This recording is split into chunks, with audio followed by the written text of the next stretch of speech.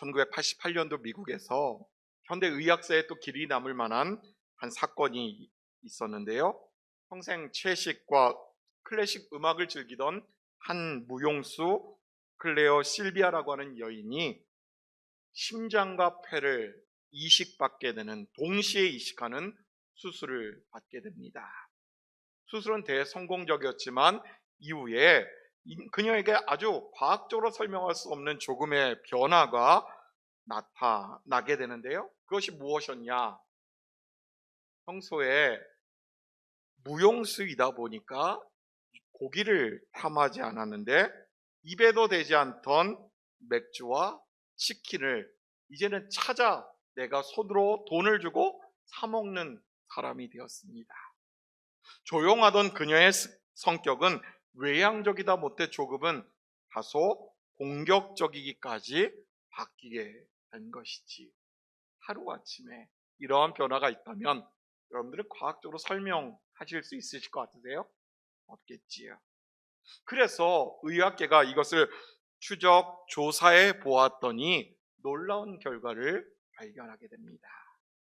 그녀에게 심장을 기증한 이는 교통사고로 숨진 18살의 건장한 청년이었는데, 그 청년이 평소 무엇을 즐겨 먹었을까요? 맥주와 치킨을 즐겨 먹던, 주변의 증인들이 다 그것을 기억할 정도로 즐기던 사람이었다는 거지. 의학계는 깜짝 놀랍니다. 아니, 온몸에 혈액을 보내던 기능만 하는 심장인 줄 알았는데 인간의 취향, 인격, 그리고 기억의 파편들까지도 이것이 꼭 기억하고 있는 것은 아닌가 라고 하는 세포 기억설이라고 하는 가설을 이제 만들게 된 것이지. 결국 심장은, 우리 안에 두근두근 뛰고 있는 이 심장은 한 사람의 인생에 새겨진 영혼의 저장고였다라는 것이 밝혀진 셈입니다. 그러면 여러분, 이 시간 우리들의 마음에 새겨진 것은 무엇일까요? 뿐만 아니라 40년을 살아가며 하나님이 우리의 심장에 새겨지기를 원하시는 것은 도대체 무엇일까요? 오늘 본문은 인류 역사상 가장 위대한 이 기록의 변화를 우리들에게 선언해주고 있습니다. 선지자 예레미야가 활동하던 주전 6세기 유다 왕국은 풍전등화의 위기 가운데 있었습니다. 화려했던 솔로몬 성전의 영광은 어느 순간 사라져버렸고 바벨론의 군화에 이것이 짓밟혀버리고 맙니다. 신앙의 상징이었던 율법의 돌판마저 어느 순간 어디로 갔는지 모르는 백성들. 그래서 좌절하고 낙심한 백성들은 이렇게 하나님께 묻지요. 하나님, 말씀을 통하여 우리에게 주셨던 이 언약이 이제 끝난 것입니까?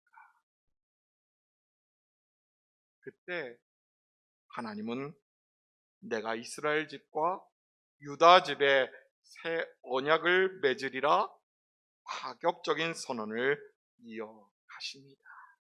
그 파격적인 선언이 무엇이냐? 과거 시내산의 언약은 차가운 돌판에 새겨진 문자였습니다. 그러니 이 안에는 감정이 녹아있을 수 없겠지요. 도리어 인간을 사랑하시기에 주셨던 그것이 사람을 규제하고 정죄하는 도구로 악용되었기에 어느 순간 백성들은 이 율법을 깨뜨리고 율법을 잊어버린 채 살아가고 있었습니다. 돌판에 새긴 문자로는 인간의 완악한 본성을 바꿀 수 없었던 것이지. 이에 하나님께서 오늘 우리들에게 당신의 법을 백성들의 마음, 심장에 새기시겠노라 이렇게 말씀하시지요. 본문 33절 뒷부분 말씀 우리 함께 읽어볼까요?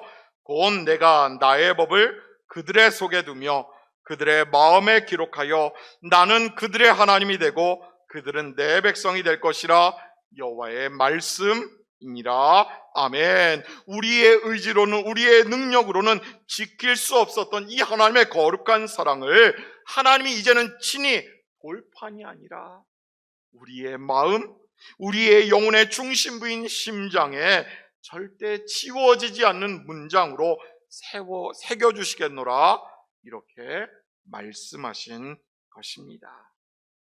그러면 여러분, 우리를 향한 이 거룩한 하나님의 사랑, 돌판의 문자가 아닌 이제는 심장의 문장으로 새긴 인생은 그러면 어떻게 달라지게 될까요? 그리스도의 십자가를, 그 사랑을 묵상하는 사순절이 무르익어가는 이 시점에 새 언약을 마음에 새기고 살아가는 인생은 어찌해야 되는지를 오늘 우리들에게 말씀은 일러주고 있습니다. 오늘 본문의 말씀을 상고하면서 십자가를 통해 나타난 이 하나님의 거룩한 사랑을 마음 심장에 새기고 이것을 일평생 기억하고 또 기억함으로 구원의 기쁨과 감격을 누리며 살아가는 여러분 모두가 되시기를 주님의 이름으로 축복합니다. 그러면 이 심장에 하나님의 사랑을 새겨주신 인생, 새 언약의 인생은 어찌 살아가게 될까? 그 삶의 모습은 도대체 무엇일까? 따라볼까요? 자발적 순종의 삶입니다. 이것은 쓰여진 문자를 넘어서는 개념입니다. 내가 스스로 내가 주님 앞에 나아가겠습니다. 이러한 결단, 고백이 이어지게 되는 건데요. 돌판의 문자가 아닌 심장의 문장으로 새긴 인생으로 살아가기 위해서는 먼저, 그러면 왜 시내산의 언약이 실패했는가 우리는 직시해야겠지요. 본문에서는 그 이유를 이렇게 밝히고 있는데요. 이 언약은 내가 그들의 남편이 되었어도 그들이 내 언약을 깨뜨렸음이라 라고 적고 있습니다. 하나님이 친히 돌판에 새겨신 그 언약, 이것은 거룩하고 흠이 없었습니다. 하지만 그 안에 우리를 향한, 또한 그것을 해석하면서 사람의 마음까지도 헤아리지 못했던 것이요, 도리어 우리의 행동을 제한하고 정죄하는 데 머물렀다라고는 결정적인 한계를 가지고 있었습니다. 여러분, 이러한 예를 들어볼까요? 남편이 아내를 사랑하는 이유가 결혼했기 때문에, 법적으로 부부이기 때문이라고 하는 그 이유 하나만이라고 한다면 그것이 진정한 사랑일까요? 아니겠지. 그것은 어쩌면 비극일런지도 모릅니다.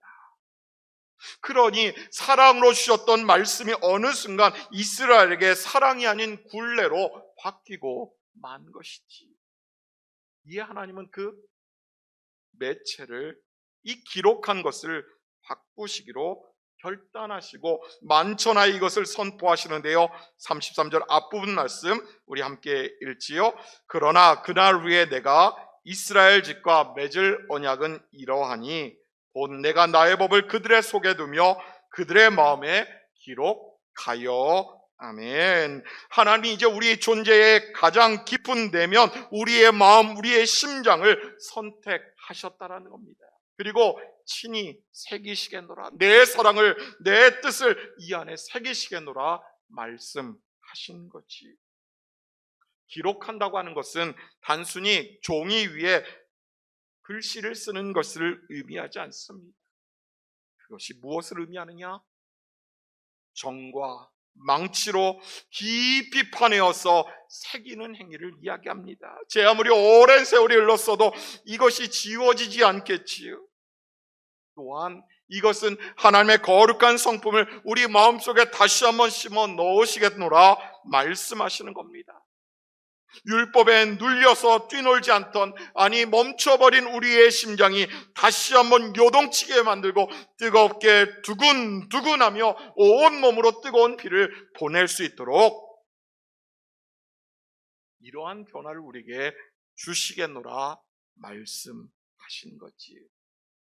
17세기 철학자 파스칼은 이렇게 이야기하는데요. 하나님은 인간의 심장에 자신의 형상을 새겨 놓으셨노라 말씀합니다. 그렇습니다. 율법을 지키려 애쓰던 의무가 아닌 그저 내 안에 새겨놓으신 하나님의 법, 그 말씀이 살아 역사하기에 오늘 내가 저절로 움직이게 되는 것, 그 사랑에 겨워서 오늘 내 삶이 변화되고 내가 주님을 쫓겠노라 다짐하며 그 길을 걸어가게 되는 것, 이것이 바로 자발적 순종의 삶이자 새 언약의 본질인 것이지. 여러분, 물고기가 물속에서 숨쉬고 헤엄치는 것, 이것을 법이라고 이야기하지 않습니다. 이것은 본능이라, 이것은 삶이라 우리는 부르지요. 마찬가지로 하나님의 말씀이 우리 삶의 본능이 되고 하나님의 말씀이 이어가게 하는 것, 오늘 내 삶의 모습으로 나타나게 되는 것, 그리고 그것이 우리의 생명되게 하는 것, 이것이 바로 자발적 순종의 삶이라는 것입니다. 사랑하는 여러분, 우리에게 생명 주시기 위한 주님의 고난을 되새기는 이 사순절을 맞지만 여전히 우리의 가슴이 냉랭한 이유가 무엇일까요? 여전히 우리의 가슴이 요동치지 않는 이유는 도대체 무엇일까요? 우리 마음 안에 하나님의 법이 있기보다 그저 차가운 돌판에 그 새겨진 율법에 매여 있기 때문은 아닐런지 돌아보아야 할 것입니다. 이 새 언약의 사람들은 누구라도 자발적으로 부르심의 자리로 나아갔습니다. 제자들, 저들은 두려움과 염려 가운데 벌벌 떨고 있었지만 새 언약을 통하여서 저들은 복음 전파 현장으로 나아갔습니다. 그리고 그 자리는 순교의 자리까지 이어졌던 것을 우리는 잘 알지요. 이 땅에 2만 5천에서 2만 6천의 선교사님 또한 마찬가지일 것입니다. 내게 주신 은혜, 내게 주신 말씀의 능력이 나를 이끌어서 오늘 내 발걸음을 이끌어서 땅끝까지 일러 복음의 증인되는 삶 살아가는 그러한 모습으로 나타나고 있기에 그러한 것이지요. 바라기는 여러분의 삶 가운데도 이 자발적 순종의 삶으로 넘쳐나게 되기를 간절히 소망합니다. 돌판에 새겨진 문자에 매인 삶이 아니라 내 안에 솟구치는 용솟음치는 이 거룩한 말씀의 본능에 이끌려서 오늘도 주님이 보여주신 그 제자의 길, 십자가의 여정을 걸어가시는 여러분 모두가 되시기를 주님의 이름으로 축복합니다. 두 번째로요, 내 안에 주님의 말씀이 움직인다면 우리는 어떠한 삶을 살아가게 되느냐, 따라해 볼까요? 친밀한 관계의 삶입니다. 그것은 바로 하나님을 알아가는 방법의 변화를 의미할 텐데요. 본문 34절 앞부분 말씀 우리 함께 읽지요. 그들이 다시는 각기 이웃과 형제를 가리켜 이르기를 너는 여호와를 알라 하지 아니하리니 이는 작은 자로부터 큰 자까지 다 나를 알기 때문이라. 아멘. 사실 여러분, 이스라엘 백성들에게 있어서 하나님이란 어떤 존재였느냐? 때로 우리가 힘들고 어려울 때 우리에게 찾아오셨지만 그는 높고 높은 영광스러운 보좌에 계신 분이었습니다. 우리의 아픔과 눈물이 어려있는 삶의 현장 가운데는 도대체 함께하지 않는 것처럼 여겨지는 그런 분이었지요. 그래서 저들은 율법학자나 제사장의 힘을 빌려서만 하나님의 뜻을 조금이나마 알 수 있는 그러한 모습이었습니다. 그리고 또 한 가지, 오랜 기간 살다 보니 하나님은 이럴 때 이렇게 하셨어? 라고 하는 축적된 경험, 그리고 또 조금씩 알게 되는 이 정보들을 모아놓은 정도 수준이었는데요. 하지만 새 언약의 시제는 분명 다르다라고 성경은 이야기하지요. 신분의 높고 낮음이나 지식의 많고 적음이 아니라 모든 성도가 다 하나님을 직접 마주하게 되었노라 오늘 말씀은 이야기하고 있습니다. 안다라고 하는 것, 우리가 어찌 하나님을 알까요? 단순히 머리로만 이해하는 지식의 동의를 이야기하지 않습니다. 이것을 넘어서서 부부가 삶을 공유하며 깨닫게 되는, 그래서 나만 알 수 있는 그 나의 배우자의 깊은 모습, 이것을 친밀감이다, 안다라는 표현, 히브리어 야다라는 단어로 표현하고 있는데요. 오늘날 세상은 하나님에 대하여 knowing about God, 하나님에 관한 자료들, 하나님에 관한 이야기들은 넘쳐나지만 정작 내가 그분과 얼굴과 얼굴을 맞대고 대면하여 누리는 인격적인 연합은 점점 더 메말라가고 있지.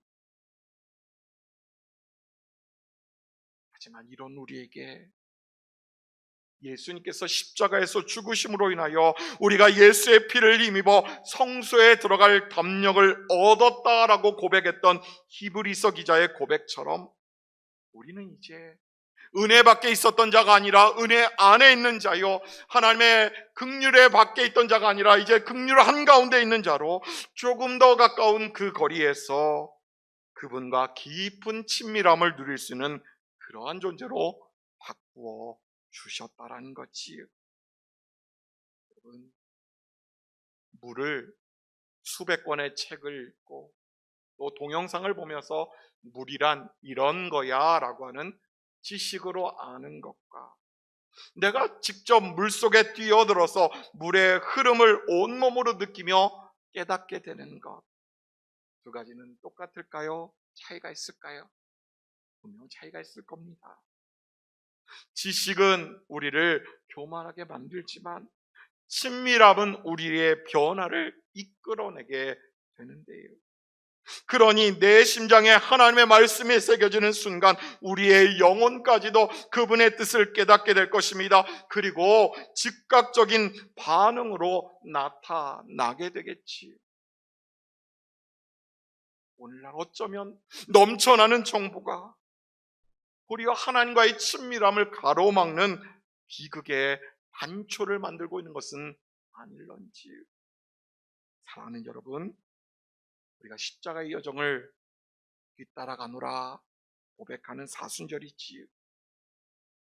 그러니 이 시기에 우리가 진정 회복해야 될 것은 성경적인 지식이 아니라 나만의 골방에서 주님과 마주 앉아 대화할 수 있는 관계의 깊이가 아닐까요? 머리로만 아는 지식, 이것으로 우리의 심장을 다시 뛰게 할 수는 없지만 어느 순간 내 안에 주의 말씀의 능력이 임할 때에 멈춰버렸던, 또한 잦아들었던 우리의 심장이 요동치고 다시 뛰게 할 수 있는 그런 뜨거움을 회복하는 그러한 은혜가 우리들에게 필요한 것이 아닐런지. 바라기는 우리의 지식을 뛰어넘는 주님과의 친밀함을 회복해 나가는 우리 신봉의 모든 가족들 되기를 간절히 소망합니다. 그래서 우리의 남은 평생의 삶이 주님과 손맞잡고 나에게 사랑하는 자야 나와 함께 가자꾸나 말씀하시는 그분의 음성을 들으며 비록 그 길이 십자가의 여정일지라도 함께 더불어 나아갈 수 있는 여러분 모두가 되시기를 주님의 이름으로 축복합니다. 마지막 세 번째로요, 주의 말씀이 우리의 심장에 문장으로 새겨질 때에 우리는 어떻게 될까 알아볼까요? 거룩한 자유의 삶입니다. 차가운 돌판이 아닌 우리의 심장에 말씀을 새겨주시는 새 언약은 이제 하나님의 파격적인 약속으로 마무리되는데요.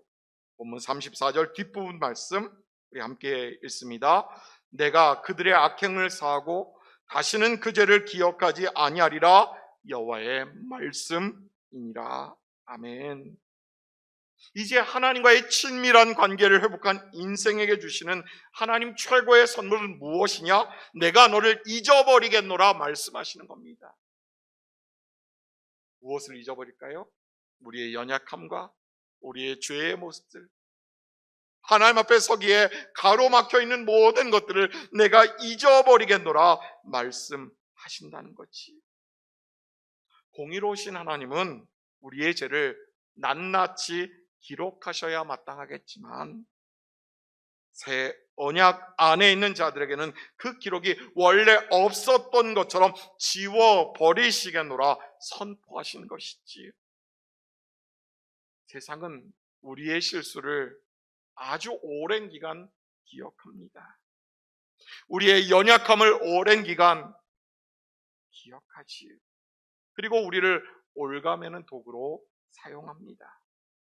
하지만 하나님은 우리의 연약함을 다시는 꺼내볼 수 없는 그곳으로 옮기시겠노라 말씀하시지요. 이 은혜를 시편 기자는 동이 서에서 먼 것 같이 우리의 죄가를 우리에게서 멀리 옮기셨노라 이렇게 고백하기까지 합니다. 여러분, 동과 서는 만날 수 없는 양극단을 의미합니다. 그러니 하나님은 우리의 죄를, 우리의 연약함을 우리가 다시는 만날 수 없는 그곳으로 옮겨 버리시겠노라 말씀하는 겁니다. 우리의 죄가 사라졌기 때문에요? 아니요. 우리의 연약함이 사라졌기 때문에? 아니요. 십자가에 예수 그리스도의 보혈이 오늘 나의 죄와 허물을 덮어주시기에 그러한 것이겠지요. 따라서 우리는 하나님이 기억하지 않으셨던 우리의 연약함, 그 과거의 수치에 매몰되어 있을 것이 아니라 하나님이 선물로 신 은혜의 자유를 누리는 그분의 자녀로, 그분의 인생으로 살아가야겠지요. 영국의 위대한 설교가 찰스 스펄전 목사님에게 한 청년이 찾아와서는 이렇게 묻습니다. 목사님, 제가 지은 죄가 너무 커서 하나님이 저를 영원히 죄인으로 기억하실까봐 두렵습니다. 이에 스펄전 목사님은 청년의 어깨를 보듬으면서 이렇게 대답해 주는데요. 청년, 하나님은 모든 것을 이미 알고 계시는 전지하신 분이지만 딱 한 가지만큼은 잊어버리시기로 작정하셨다네. 그것은 바로 예수 그리스도의 보혈 아래 있는 그 사람의 연약함, 그 사람의 죄라네.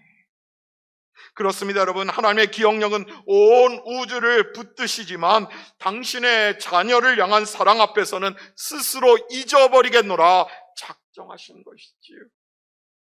그 망각의 자리에서, 그 하나님이 잊어버리신 그 자리에서 우리는 비로소 자유로운 삶을, 이전과는 달라진 삶을 살아갈 수 있게 되는 것이지요.